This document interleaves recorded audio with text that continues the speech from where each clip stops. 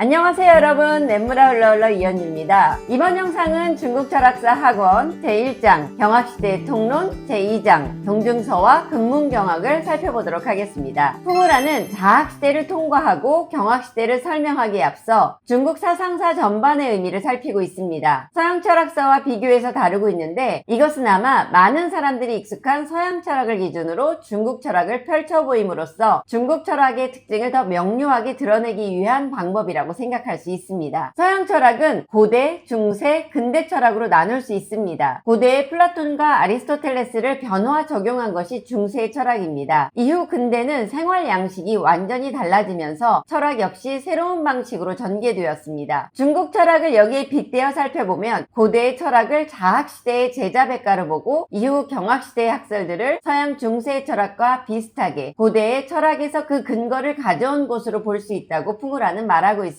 이렇게 보면 중국 철학에는 근대 철학이 없다고 볼 수도 있겠지만 다른 방식으로 이해하면 최근에야 중국에 근대 철학이 싹트고 있다고 볼 수 있다고 저자는 말하고 있습니다. 이 해석을 집중해서 살펴보는 것은 중요합니다. 왜냐하면 중국 철학사는 그 문화권 안에 있으면서 의식의 변화를 겪은 우리에게도 구체적인 의미를 갖기 때문입니다. 특히 풍우라는 경학시대의 학문이 자학시대의 학문을 지속적으로 재해석하면서 발전한 것에 대해서 이전의 사상이 넓고 깊었으며 또 상당한 수준이었던 만큼 그 후의 사상은 그것에 의지하지 않을 수 없었다고 말하고 있습니다. 진나라와 한나라의 통일 이후의 중국은 왕조가 바뀌지만 정치, 경제 질서가 크게 변했던 것은 아닙니다. 사상사가 사회의 구성과 밀접한 연관이 있다고 볼 때 중국이 완전히 새로운 사상을 필요로 하지 않았던 것은 어쩌면 너무 당연하게 보입니다. 이에 비해 서양은 중세에서 근대로 변화할 때 대대적인 변화를 겪었던 것을 기억하면 중국 사상사와의 차이를 이해할 수 있습니다. 경학시대가 자학시대의 재해석과 통합적 해석으로 이루어지지만 한 가지 새로운 사상적 성분이 등장한다는 점을 풍우라는 주목합니다. 바로 불학입니다. 인도로부터 건너왔는데 중국은 이를 바로 중국 사상계 내의 경학 안으로 재해석하게 됩니다. 가장 큰 특징은 불교의 윤회가 지닌 내세에 대한 내용이 중국 불학에는 없다는 점인데 이는 이후 불학에 대해 정리할 때 자세히 살펴보게 될 것입니다. 우리가 이제부터 살펴볼 학원은 2000년의 역사를 다루게 됩니다. 자학시대가 400여 년의 사상사를 살펴본 것에 비하면 상당히 긴 시간에 해당하는 내용입니다. 이를 기억하면서 경학시대의 중국 철학에 대해 살펴보도록 하겠습니다. 우리는 이제 진나라와 한나라 이후의 학문적 영향을 살펴보게 됩니다. 이전에 없던 통일 중국입니다. 한나라 통일 이후에는 진나라가 왜 통일 이후 빠른 시간에 붕괴되었는지를 반면교사 삼아 차곡차곡 체제를 정비해 나갑니다. 거기에 필요했던 것이 사상의 통일입니다. 이전에 제자백가가 여전히 있고 여러 학문을 통합하는 것이 필요했습니다. 이때 일반 사람들의 공통된 의식이 중요한데 전한시대의 사람들은 천도와 인간사는 상호 영향을 준다고 믿었습니다. 이 세상의 모든 것이 서로 영향을 주고받는다는 것이 음양가의 해석입니다. 순환하고 같이 변화한다는 이론을 앞에서 살펴봤습니다. 한나라 때 체제를 정비하면서 유가를 선택했는데 여기에 음양가가 이론화에 큰 기여를 하게 됩니다. 이런 경향을 근문학파라고 했습니다. 근문학파의 대가는 동중서입니다. 당시 한 무제는 고조로부터 이어져 온 왕의 권위를 대단히 과감하게 휘두릅니다. 사마천에게 전쟁에 나가 실패한 장군을 비판하는 자신의 뜻과 다른 평가를 했다고 해서 형벌을 줬던 것도 한 무제입니다. 동중서를 비롯해서 한나라의 유가들은 진나라가 통일을 오래 유지하지 못했던 이유가 왕이 권력을 자의적이고 폭력적으로 행사했기 때문이라고 생각했습니다. 이 문제를 해결하기 위해 동중서를 비롯한 근문경학 파학자들은 천인지제를 강조합니다. 바로 왕이 잘못하면 자연재해가 일어난다는 것입니다. 이렇게 볼 때 근문학파의 해석 역시 혁명적이라고 볼 수 있습니다. 왕권을 견제해서 백성들의 삶을 보살피려는 장치라고 이해할 수 있겠습니다. 한나라를 두 시기로 나누면 유방이 통일하고 수도가 장안이었던 전한 시기와 이후 광무제가 수도를 낙양으로 옮겨 한나라를 계승한 후한으로 볼 수 있습니다. 우리는 전한 시기를 살펴보고 있습니다. 전한 시대 사람들은 음양가로 이 세계는 어떻게 이루어져 있는가에 대해 이해하고 있었습니다. 음양가로 우주구조를 설명했습니다. 음양가는 오행, 사방, 사계, 오음, 12월, 12율, 천간, 지지와 수 등을 서로 배합하여 하나의 우주구조를 수립했고 음양이 또 이것들 사이에 유행하여 그 구조를 운동, 변화시켜 만물을 낳는다고 여겼다. 이러한 배합은 고대의 술수 속에 이미 존재했었다. 있습니다. 자연은 음양의 원리에 따라 순리대로 변화하는데 인간 역시 자연의 일부이므로 음양의 원리에 따르면 된다는 것입니다. 예를 들면 오행에 해당하는 목, 화, 토, 금, 수를 계절에 접목해 설명하고 각각의 오행이 순차적으로 흐르듯 인간사도 이에 따르면 재앙을 피할 수 있다는 것이었습니다. 오행은 천문학에서 온 것이었습니다. 애초에 인간 문명이 형성된 모든 곳에서는 먹고 사는 것이 가장 중요했고 먹고 사는 데는 날씨가 가장 중요했습니다. 먹고 사는 것을 예측하려면 규칙을 찾아야 했습니다. 이때 사람들은 대부분 하늘을 쳐다봤습니다. 하늘에서 발견한 천체가 바로 목, 화, 토, 금, 수, 오행과 해, 달이 상징하는 음양이었습니다. 이것이 바로 달력에서 볼 수 있는 일주일의 순환입니다. 그러니 중국 철학에서 오행이 인간사의 모든 것을 상징하게 된 것은 너무 당연합니다. 오행은 방위, 신체 부분, 계절, 색, 숫자 등 다양한 인간사를 모두 표현하게 됩니다. 동중서는 이러한 흐름의 가장 대표적인 서상가입니다. 그에 의해서 육아는 비로소 음양가를 바탕으로 이론화될 수 있었습니다. 그는 당시 많은 사람들에게 존경 및 시기 질투를 받았던 인물입니다. 재능이 뛰어났고 세상 사람들로부터 주목받았기 때문입니다. 육아의 해석을 음양가 안에 들여오는 과정에서 신비주의적 요소가 들어가는데 당시로서는 왕의 권력을 견제하기 위한 최선의 방법이었습니다. 동중서는 하늘을 왕을 견제할 수 있는 유일한 힘으로 보았습니다. 그가 말한 하늘은 지력과 의지가 있는 자연이었습니다. 또한 동중서는 만물이 저마다 시원이 있다고 하고 그 시원을 원이라고 했습니다. 그렇다면 그가 말한 음양은 무엇이었을까요? 그는 음양의 기가 어디에나 있어서 하늘과 땅 사이가 텅 빈 듯하지만 음양의 기로 꽉 차 있다고 했습니다. 여기에 오행에 대해서도 설명하는데 이 역시 순환의 원리로 설명하고 있습니다. 앞서 살펴봤듯이 오행을 상징하는 목화토금수는 사계절과 연관해서 설명할 수 있었습니다. 목화금수가 각각 사계절을 상징하고 흙은 중앙에서 그 사계절을 보좌한다고 설명합니다. 계절은 순환합니다. 따라서 오행도 순환한다고 설명합니다. 그리고 이렇게 순환하는 데는 음양의 기가 작동한다고 말합니다. 그 순환을 말하면서 우리가 잘 아는 24절기에 대한 질서도 설명하고 있습니다. 우주의 영원한 법칙은 한 번은 음이 되고 한 번은 양이 되는 것이다. 양이란 하늘의 덕이고 음이란 하늘의 형벌이다. 천도는 세 계절을 생성과 삶에 할당하고 한 계절을 상실과 죽음에 할당했다. 죽음이란 만물이 시들어 떨어진다는 말이고 상실이란 음기의 슬픔과 서름을 뜻한다. 하늘에도 희로의 기와 애락의 마음이 있는데 이는 사람과 서로 부합한다. 부류에 따라 부합시키면 하늘과 사람은 동일하다. 음양가는 하늘과 인간이 동류라고 말합니다. 이것을 바탕으로 인간의 생명활동도 해석합니다. 동중서가 보기에는 사람은 우주의 축소판이고 하나의 작은 우주였던 것입니다. 천지인은 만물의 근본이다. 하늘은 만물을 산생하고 땅은 만물을 양육하고 사람은 만물을 완성한다. 하늘은 효제로서 만물을 산생하고 땅은 의식으로서 만물을 양육하고 사람은 예약으로서 만물을 완성한다. 이 세 가지는 서로 손발이 되어 한 몸을 이루기 때문에 어느 하나라도 없을 수 없다. 효제가 없으면 만물을 산생할 수 없고 의식이 없으면 만물을 양육할 수 없고 예약이 없으면 만물을 완성할 수 없다. 이로써 인간이 자연을 이용해서 문명을 꾸릴 수 있는 이론적 토대가 마련됩니다. 이제 동중서의 음양가는 인간의 심리를 말하는 것이 가능해집니다. 사람의 심리에는 성과 정이 있는데 이는 하늘의 음과 양에 해당한다고 설명합니다. 성이 밖으로 표현된 것은 어진 것이고 정이 밖으로 표현된 것이 탐욕이라고 한다면 사람 안에는 성과 정이 모두 있다고 말합니다. 이 세 개의 음과 양이 모두 있는 것과 같은 이치입니다. 이때 우리는 노력해서 성, 즉 어진 마음으로 정의 탐욕을 금해야 선한 사람이 될 수 있다고 말하는데 동중서는 이로써 맹자와 순자의 성서를 조화시킨 것이라고 말할 수 있습니다. 그리고 이를 교육으로 더 선해지게 할 수 있다고 말해 공자의 이론까지 아우르고 있다고 풍우라는 설명하고 있습니다. 동중서는 이인의지를 사람이 반드시 갖추어야 할 덕목으로 여겼는데 이는 육아의 유계 중 중용에서 말하는 지인융을 중요하게 생각한 것과 같습니다. 이로써 육아를 바탕으로 개인윤리를 설명했다고 볼 수 있습니다. 동중서는 사회윤리도 설명했는데 이를 삼강과 오륜으로 논했습니다. 군신, 부자, 부부의 역할과 도리를 음양의 순환으로 설명합니다. 동중서의 이러한 사상은 이후 오직 역할에 순응하는 인간상으로 굳어져 개별자에 대한 이해를 거부하는 전통으로 이어지는 부정적인 측면으로 발전하지만 전환시대에는 왕의 역할을 제한하고 안정을 위해 개별자의 역할을 설명해야 했던 시대적 필요에 의한 해석이었다고 이해해 볼 볼 수 있겠습니다. 인간이란 어떤 존재이고 어떻게 살아야 하는가에 대해 이론화한 후 그 위에 왕은 어떻게 정치해야 하는가를 논하게 됩니다. 앞서 살펴본 바대로 인간의 성은 완전히 선할 수 없기 때문에 왕의 다스림이 필요하다고 말합니다. 이때 왕은 어떻게 다스려야 하는가가 바로 정치의 문제입니다. 동중서는 이때 왕은 오로지 하늘을 본받아야 한다고 말합니다. 하늘의 절기를 본받아 성취해야만 순리를 따르는 것이라고 말합니다. 하늘은 사람을 사랑하고 이롭게 하는 일을 의도하므로 왕자는 그것을 본받아 역시 사람을 사랑하고 이롭게 하는 일을 의도한다. 이 점은 묵자의 학설과 동일한 면이 있다. 이로써 왕은 자신의 한계를 분명히 알고 하늘의 뜻을 따라 정치해야 한다고 강조하고 있습니다. 왕이 하늘의 뜻을 따르지 않았을 때는 반드시 하늘이 경고한다고 말하는 것이 동중서 이론의 선인지제 내용입니다. 인간의 행위가 하늘의 뜻과 합당하지 않을 때 하늘은 먼저 경고합니다. 이것이 재입니다. 그래도 인간의 행위가 옳지 않다면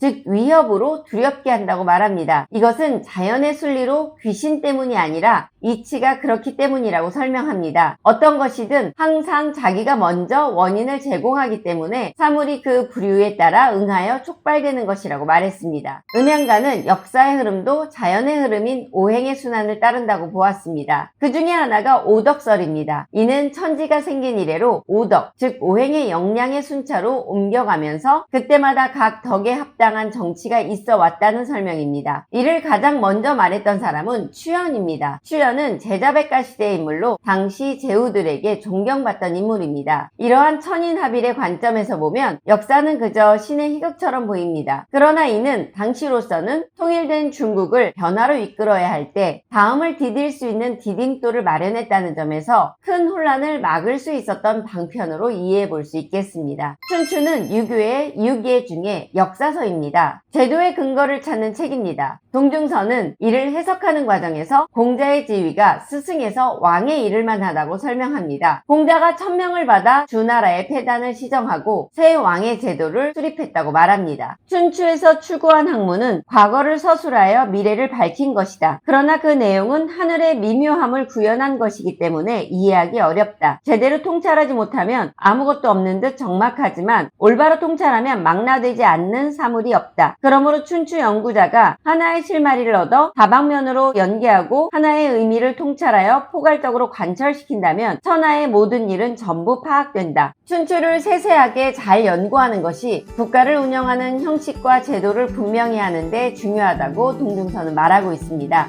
이번 영상에서는 음양가를 바탕으로 이전의 제자백가 학설을 재해석한 근문경학의 동중서 사상을 살펴봤습니다. 이 사상은 이후에도 지속적으로 경학시대 사상들에 영향을 줍니다. 음양가적 해석은 이후로 더 복잡해지고 세분화됩니다. 그 출발점으로 동중서의 해석을 잘 이해해 두시기 바랍니다. 여기까지 저는 냇물아 흘러 이현주였습니다.